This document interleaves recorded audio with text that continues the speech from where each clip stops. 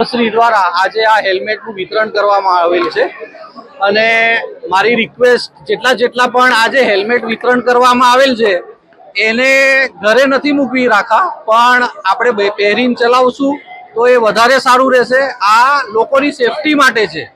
લોકોને એ સમજવું પડશે કે ભલે આપણે ટુ વ્હીલર ચલાવતા હોઈએ ત્યારે માણસની સેફટી સૌથી અગત્યની વસ્તુ જે છે માથું છે, અને જો એની સેફટી એમની સેફટી માટે કરવામાં આવેલ છે।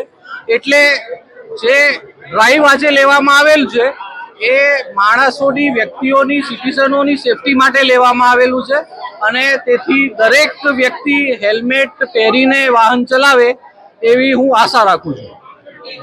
8 સપ્ટેમ્બરથી આપણે શહેરી વિસ્તારમાં હેલ્મેટ ટુ વ્હીલર માટે કમ્પલસરી કરી રહ્યા છીએ અને આ ડ્રાઈવને માટે અમે જાગૃતતાના ભાગરૂપે અગાઉ હેલ્મેટ રેલી કર્યા હતા।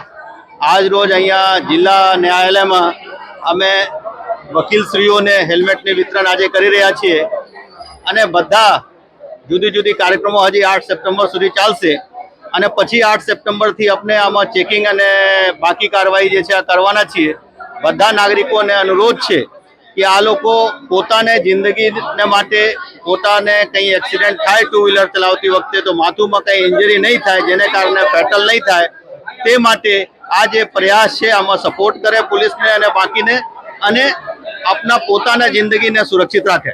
ખાસ કરીને તાજેતરમાં જેટલા અકસ્માત થયા છે એનું પણ સર્વે કરવામાં આવ્યો છે। સર્વે થયો પણ આજે કઈ રીતે અમુક લોકો આ રજૂઆત કરી રહ્યા છે કે સિટીની અંદર અમારા સ્પીડ ક્યાં વધારે હોય છે કે આમાં એક્સિડન્ટ થઈ જાય। આપને પાસે આવા વિડીયો છે જેમાં આ બતાવે છે કે તમારા સ્પીડ ભલે ઓછા હોય લેકિન બીજા વાહન જો સ્પીડમાં આવતા હોય અને તમને ઠોકર મારે અને તમે પડી જાઓ અને તમને માથામાં ઇન્જરી થાય તો તમારા ફેટલ થઈ જાય। જ્યારે આવા પણ વિડીયો છે જેમાં સ્પીડમાં તમે ચાલતા હોય પરંતુ હેલ્મેટ પહેરેલા હોય તો તમારા માથામાં ઇન્જરી નહીં થયા હોય અને તમે બચી ગયા હોય। તો આ માટે આવા દલીલો જે લોકો આપી રહ્યા છે કે સિટીની અંદર સ્પીડની નહીં હોય તો એક્સિડન્ટ થાય તો પણ અમે બચી જઈશું, આવા દલીલમાં નહીં પડતા અને પોતાના સેફટી માટે હેલ્મેટ વાપરો અને વાપરો અને વાપરો।